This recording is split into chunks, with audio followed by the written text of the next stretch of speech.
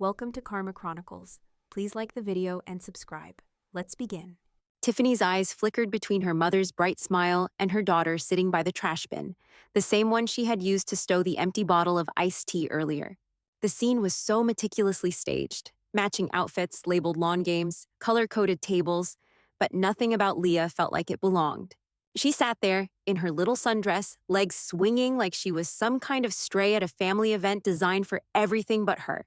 No name tag, no plate of food, no acknowledgement that she was, Tiffany's daughter.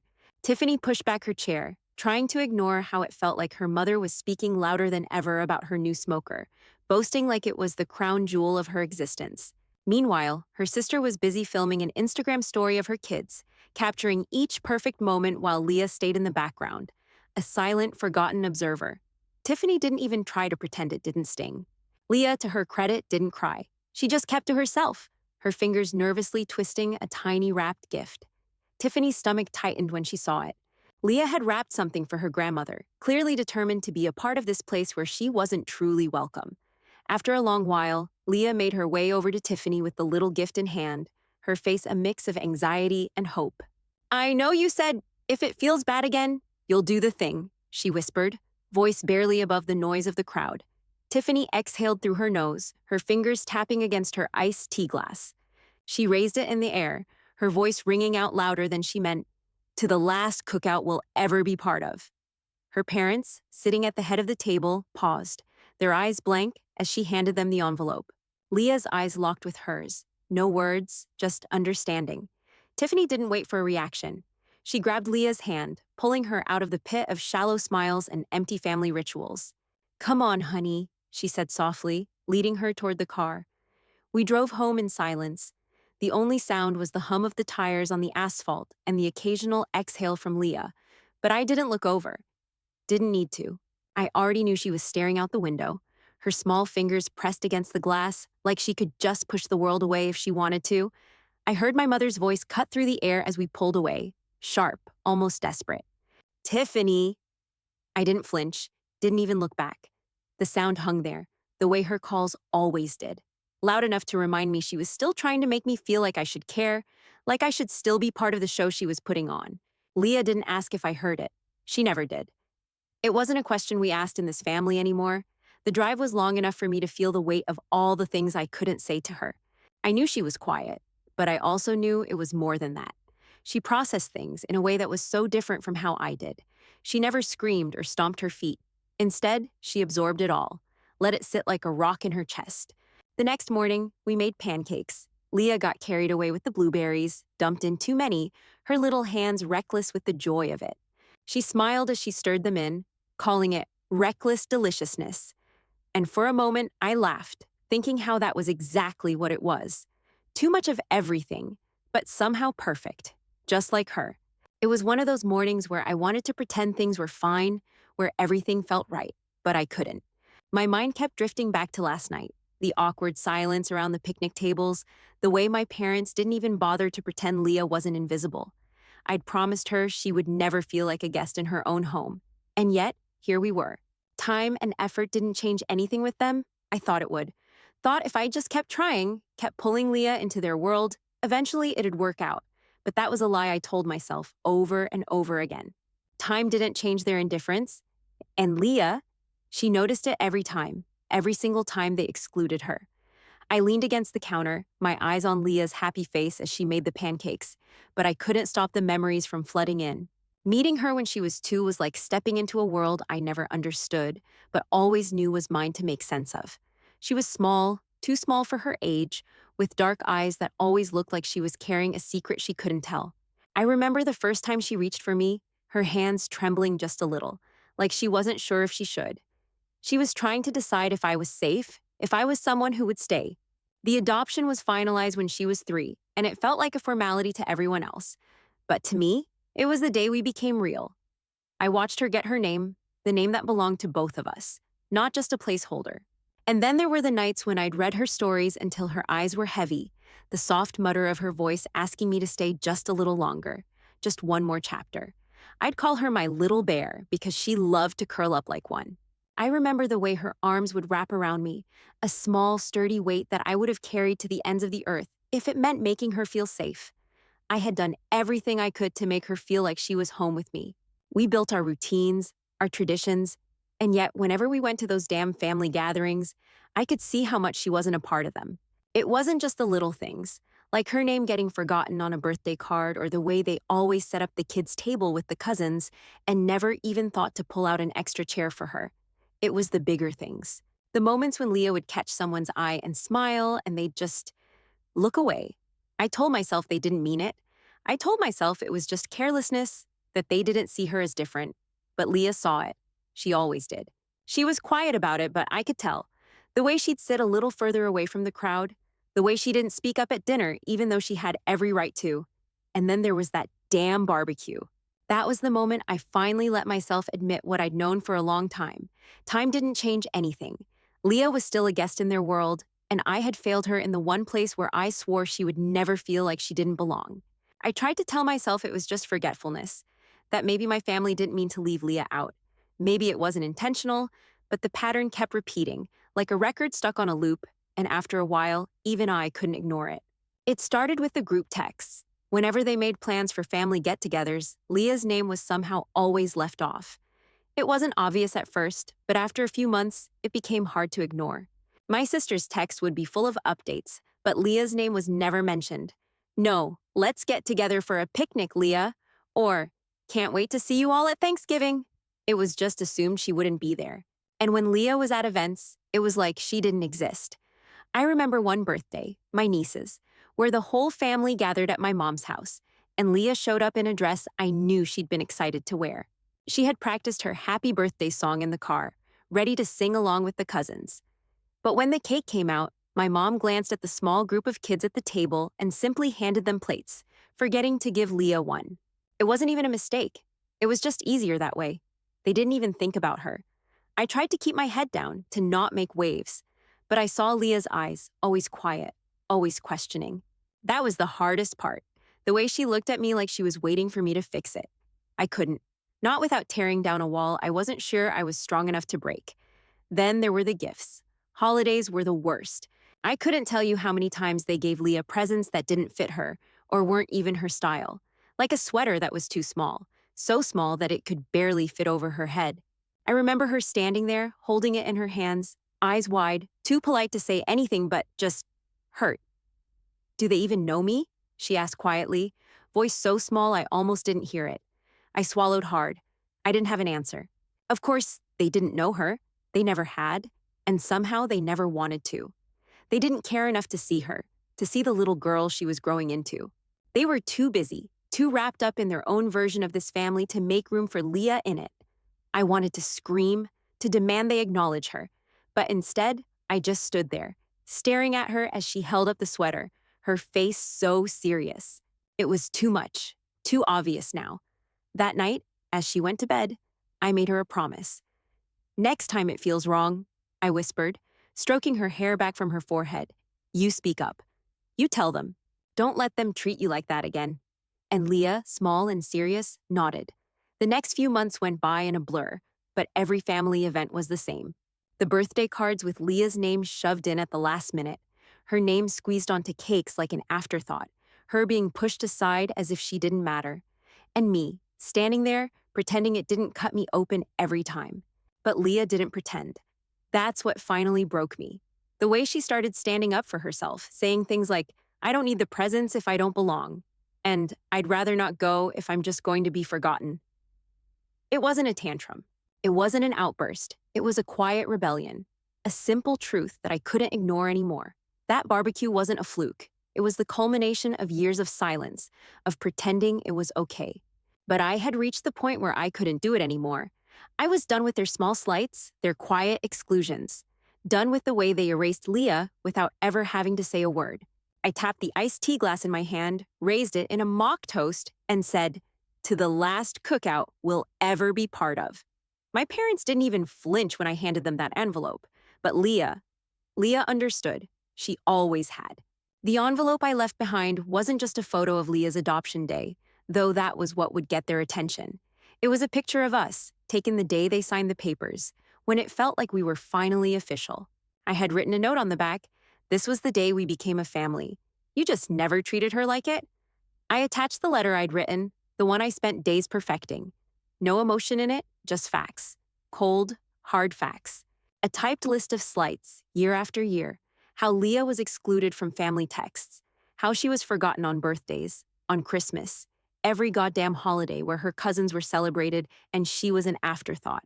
The way they treated her as if she didn't belong in a family they had built, one they had decided she didn't fit into. I included a spreadsheet broken down in painful detail. Every dollar I had put toward events that Leah wasn't invited to, gifts she never got credit for, bills I'd paid with money meant for a family she wasn't part of. I showed them in black and white how much I had contributed to a family dynamic that excluded my daughter, and I did it without a word, without asking for approval. At the end of the letter, I wrote one final line. You used my money to fund a version of this family that didn't include my daughter. That ends now. David had never asked to read the letter. He trusted me, trusted that I knew what needed to be said. I never even hesitated. And Leah, she never asked about it either. She didn't need to. What followed was silence. At first, it felt like relief. No calls, no texts, nothing. Just the kind of quiet that sinks into your bones and makes you wonder if you've done the right thing or set something in motion you can't stop. But I knew that silence was only temporary. They weren't done with me. They weren't done with us. I waited. When the first week went by without a single word, I started to question if I'd miscalculated. Maybe they hadn't even cared enough to be angry. But I knew deep down it was coming.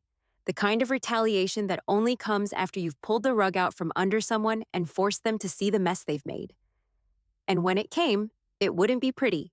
I didn't know how or when it would hit, but it would. Leah didn't ask me about the letter either. She didn't ask what was in the envelope. She didn't ask if I'd heard anything from my parents or if they'd even looked at it. She just kept going with her days, looking up at me every now and then with that calm, steady gaze, like she was waiting for something, but she didn't need to know what yet. Like we both knew this was just the beginning. So we carried on. We kept our routine. Leah made pancakes, talked about her day at school, and I tried to find ways to keep us moving forward. The quiet, though, it wasn't peaceful. It sat there, thick and heavy, always hovering. I could feel it in my bones. Every time the phone rang, I knew it wasn't going to be good news. But it didn't come, not right away. Instead, I began to get those little subtle signs. A Venmo request from my sister for money to cover her son's birthday party. It wasn't an invitation. No, they'd already made it clear they weren't interested in us attending. Just a request for money, like everything was fine. Like I hadn't just burned every bridge with that letter. I ignored it. Then came the emails. My mom didn't text me directly. She emailed David, asking for the usual contributions to their utility bills. She never even acknowledged the letter. Just expected everything to keep going like it always had, like the world hadn't shifted beneath her feet. I didn't respond, and the messages started. The passive-aggressive ones. My mom, pretending to care, asking what cake flavor I thought would be best for my niece's party. The kind of question that made it clear she wasn't asking for my opinion. She was trying to bait me into some kind of conversation. Then there was the guilt trip text. You're making a mountain out of a molehill, Tiffany. Why are you being so difficult? I didn't respond to any of it. I knew better now. This wasn't about me. This was about making me feel like I was the one causing the drama, and I wasn't going to play along. One day, a mailed photo arrived, a picture of Leah, younger, one they had clearly dug out of some old family album. She was smiling at the camera, and behind it, my mother had written a note. The words were meant to be comforting, to rewrite history. We've always thought of you as family, Leah. Always. Leah saw it sitting on the counter when she got home from school. She picked it up, stared at it for a long time, then put it down without a word. I caught her looking at the photo one more time before she left the room, and she said quietly, I don't think she ever called me that before. Then she walked away, and that was it. No more. She didn't need to say anything else. Neither did I. We both knew the truth now. A week passed, and just when I thought the storm had blown over, I got the Venmo request. $475 for my nephew's birthday party. Not an invitation, just a flat-out request for cash. I stared at the screen for a second, my finger hovering over the button. My heart beat a little faster. It was like they'd been waiting for me to cave, for me to just slip back into the role I had always played. Quiet, compliant, funding the family's little charades. They hadn't invited us, but they sure as hell expected me to contribute, as if nothing had changed. I didn't respond. I couldn't. Not this time. Days later, my mom emailed David, not me, asking for the usual contribution to the utility bills. Nothing had changed. No mention of the letter, no attempt to address what had happened. She was just going on like everything was normal, like we were still part of that same transactional cycle. I sat there for a while, reading and rereading the email, the words running together as I tried to keep my composure. But the anger simmered, just below the surface, the kind of quiet rage that makes you feel like you're burning from the inside out. I was done. I knew responding would only drag me back into their mess, and I was tired of being their scapegoat, tired of being the one who had to smooth over the tension, fix the damage they'd caused without ever acknowledging it. So I ignored it. Then the texts started rolling in. Those little passive-aggressive things my mom was so good at. First, it was the innocent-sounding, "What do you think about cake flavor?" I was thinking maybe lemon or chocolate, but I know you'd have an opinion. It wasn't really a question. It was her way of keeping me in her orbit, making it seem like everything was fine. But it wasn't fine. Not anymore. Then came the texts that followed the pattern they always did when they felt like I was slipping away. "You're making a mountain out of a molehill, Tiffany. Why are you being so difficult?" I sat there staring at my phone, feeling the weight of each word. They'd never seen me as anything but someone who could be easily manipulated, someone who would always go along with their version of the family. I thought about responding, about calling her out, but I didn't. I knew better. I'd been down that road too many times before.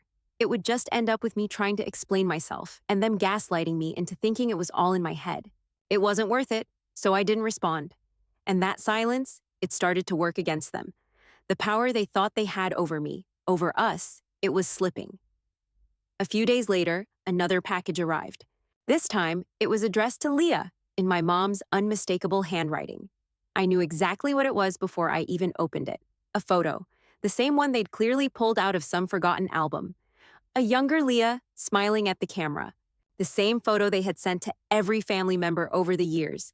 But this time, there was a handwritten note attached to it. I didn't need to read it.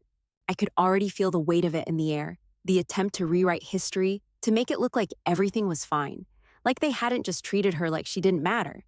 Leah found the photo on the counter when she got home from school. She stared at it for a moment, her face unreadable, and then said, almost to herself, "I don't think she ever called me that before." The words hit harder than I expected.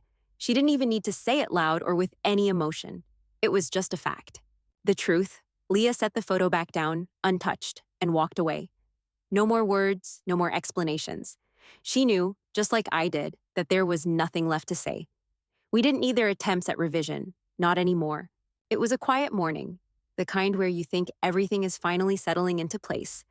Leah was upstairs, reading a book for school, and I was halfway through my coffee when I heard a knock on the door. Light, soft, the kind of knock that usually means a package or someone selling something I didn't need. But when I opened the door, it wasn't a delivery person. It was my mom, standing there, smiling like everything was normal. "Hi, sweetie," she said, like she hadn't just completely erased her granddaughter from her life, like we hadn't just had the biggest fight we'd ever had. I just wanted to talk. Just the two of us. I stood there for a second, trying to process it. Her smile was so wide, so false, I almost wanted to laugh. She looked like she had no clue what she was walking into, like I'd been waiting for her to show up and beg for a conversation. "Not right now," I said, keeping the door mostly closed. Her smile wavered, then hardened. "You know, you've really poisoned Leah against us." "She's just a child, Tiffany. She doesn't understand what she's doing." That was it. That was the line I couldn't swallow anymore. The way they always minimized Leah's feelings, always made it about her being too young to know what she was going through. "She understands better than you ever have," I snapped. My voice wasn't loud, but it was sharp, cutting through the silence between us. I could see her flinch, but she didn't back off. She tried again, leaning slightly into the doorway like she expected me to step aside. "Come on, let's just talk. We can fix this." I stepped forward, blocking her way, every muscle in my body tense. "No." I felt the cold air from the hallway press against me, and for a split second, I thought about the years of arguments, the years of pretending it was fine. But this was different. I was done pretending, done giving in. "You raised me to stay quiet, Mom," I said, my voice lower now, but steady. "I'm done with that." I didn't wait for her to respond. I didn't want to hear whatever she was going to say next. the excuses or the half-hearted apologies. I just pushed the door closed, not hard enough to slam but enough to make the message clear. She put her hand up to stop the door, just for a moment, but I didn't open it again. I locked it, heard the click, and took a step back. For a moment, it was silent. Then I heard her footsteps retreating down the porch. I didn't go to the window to watch her leave. I didn't need to. I already knew she wouldn't look back. She never did. David didn't ask about it when I walked back into the kitchen. He didn't have to. He knew. The silence between us wasn't uncomfortable. It was just final. We both knew what had happened, what needed to happen next. It was the kind of silence that meant something had shifted for good. Something had broken, and it wasn't just the door. It was just another ordinary morning when I opened the door, expecting another package. Probably something Leah had ordered for school or a random delivery I'd forgotten about. But when I swung the door wide, I froze. There he was. Eric, Leah's biological father, the one who had walked out of her life when she was barely a year old. 7 years had passed since I'd seen him, and all I could think was why now? His face was the same. Sharp features, scruffy beard. His eyes were cold, like he'd never really cared. "I was just about to knock," he said, voice low and smooth, like he'd practiced this speech in the mirror 100 times. "Your mom reached out. She said Leah might need her real family." He didn't even try to look apologetic. I felt the room shift around me, the air thickening with the weight of his words. He wasn't here to apologize, to reconnect. No, he was here for something else entirely. I can see her, or be compensated. Either works. My blood ran cold, every instinct screamed at me to shut the door, to lock it and never look back. But I didn't. I stood there staring at him, trying to process the fact that after all this time, he was standing on my porch, demanding a place in Leah's life again. I could hear footsteps upstairs. Leah. She was already listening. I could feel her presence like a shadow just behind me. My heart pounded as I looked up at the staircase, and I saw her standing there, just at the top. She didn't say a word, but I saw her eyes, the confusion, the fear. She didn't have to ask what was going on. She knew. "Get off my property," I said, the words coming out sharp, cold. My voice sounded foreign to me, but it felt like the only thing I could say that would make this real.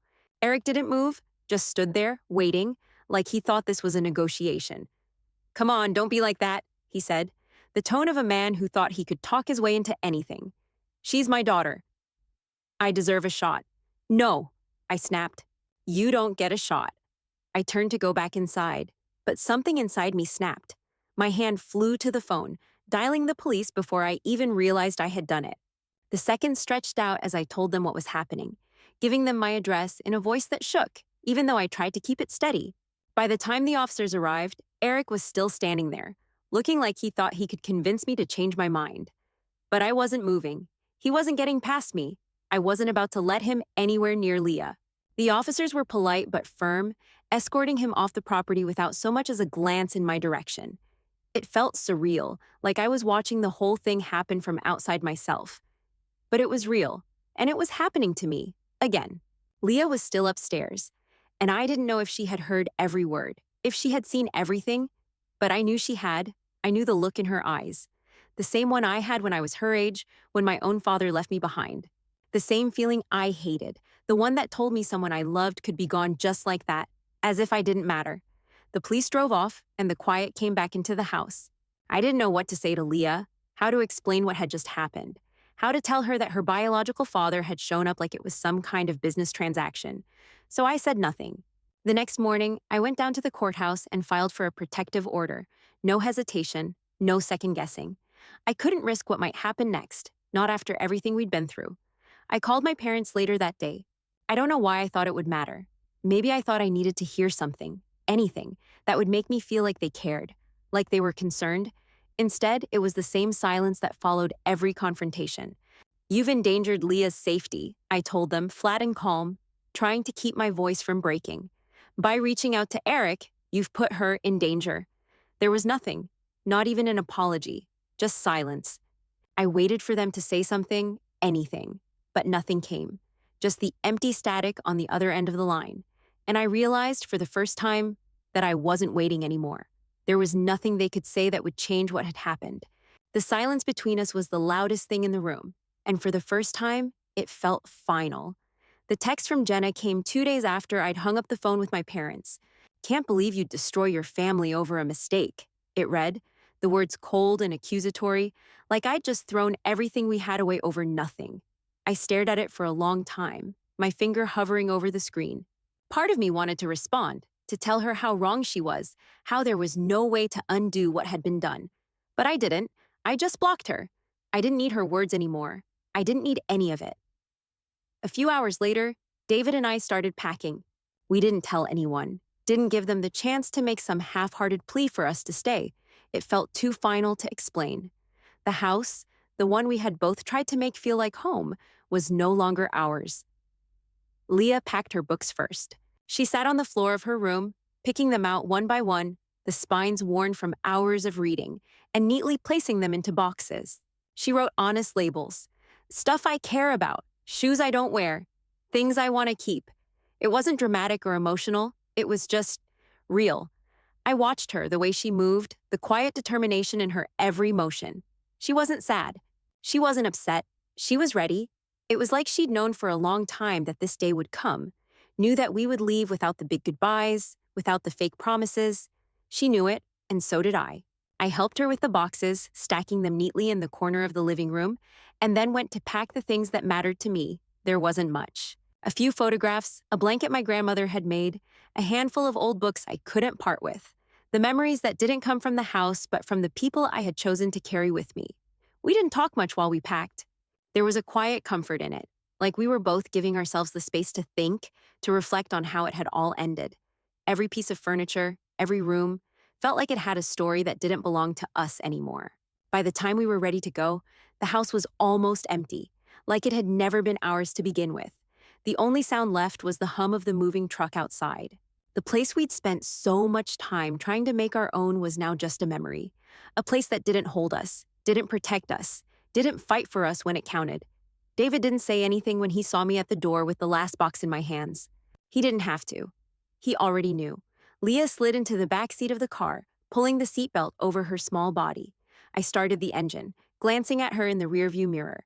She looked out the window, her face soft but serious, and I could feel the weight of the new start pressing down on me. "This is it," I said, my voice thick with the kind of finality that felt both freeing and terrifying. New city, new life, new rules. No more trying to make them understand. It's just us now. Leah nodded, her head resting against the window. "New cards," she said quietly, like she had heard me say it 1,000 times before, with everyone's names. I smiled, feeling that same quiet sense of relief wash over me. "That's right, new cards." With everyone's names, she nodded again, a small but sure smile tugging at her lips. And for the first time in a long time, I didn't feel like we were running away. I felt like we were finally moving toward something better, something that belonged to us. We drove off, the house and everything it stood for fading behind us. There were no big goodbyes, no emotional send-offs, just the open road ahead and the promise that this was where we started fresh. Leah and I were finally free. It was a quiet morning, the kind where you don't expect anything out of the ordinary. I was getting my coffee, scrolling through the news, when I saw the piece of paper on the kitchen table. A sticky note on top of it read, "You'll probably cry." I hesitated for a second before I even picked it up.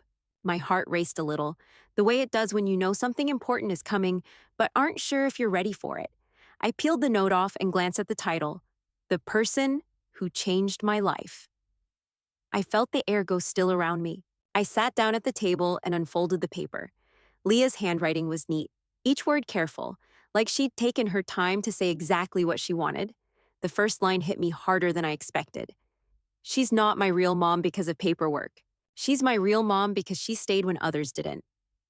I blinked, reading it again, like I had to make sure I wasn't imagining the words. Leah had been through so much that I thought she might have buried somewhere deep down. But here it was, laid out so simply, so honestly. She was seeing me, really seeing me. "She saw me when they didn't," she wrote next. "She made space for me when no one else would." A lump formed in my throat. I didn't cry, not yet. I just let the words sink in. It wasn't just gratitude, not just about what I had done for her. It was the way she saw our life, the way she recognized the space I'd carved out for her in a world that hadn't always made room. I kept reading, my eyes moving over the page. She talked about the little things, the quiet moments we shared, bedtime stories, the way I always knew what she needed even when she didn't have the words. She talked about how, even when the world tried to forget her, I never did. Then I got to the last line, and it stopped me cold. She never made me feel invisible in this house. Never will I sat there for a long time, staring at the paper. The words blurred for a second, but it wasn't because I was crying. It was because I could finally breathe. I didn't feel like I was still fighting for her love, for her trust. We had built something real. When I looked up, Leah was standing in the doorway, watching me. She had that same quiet, steady look she always did, like she was letting me come to it on my own. I didn't say anything right away. There was nothing to say, nothing that could capture how much those words meant. But then I smiled, and it felt like the weight I'd been carrying for so long finally lifted. "You're right," I said, my voice a little shaky. "I'll never make you feel invisible." She smiled back, her eyes bright, and for the first time, I saw it clearly. We had finally found our place. It wasn't with anyone else. It was just us, the way it was always meant to be.